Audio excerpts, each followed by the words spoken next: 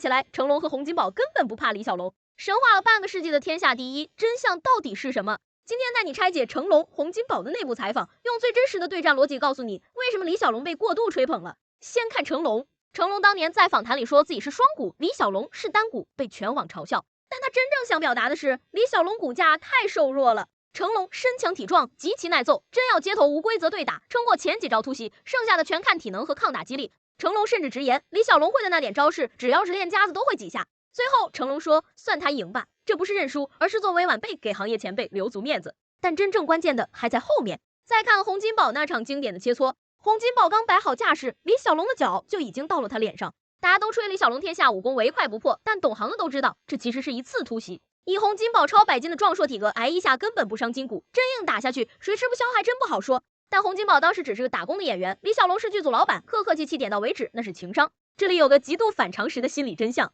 如果你去跟幼兒園小朋友比武，你需要用閃電突襲去唬人嗎？只有面對吨位極大、自己心裡沒把握吃住的對手，才會用快招一晃搶占心理優勢。連詠春派的眾多傳人對李小龍的評價都很實事求是，他就是個普通身材的優秀武術家。但他不是現在突然要黑他，而是有些龍吹把他吹成了打遍宇宙的神，讓人嗤之以鼻。想看清真相，只需記緊3步：第一，拋棄影視劇主角光環；第二，尊重體能與噸位規律；第三，把這條視頻轉發給身邊盲目神話的人。看完這些，你覺得真打起來，成龍和洪金寶能贏嗎？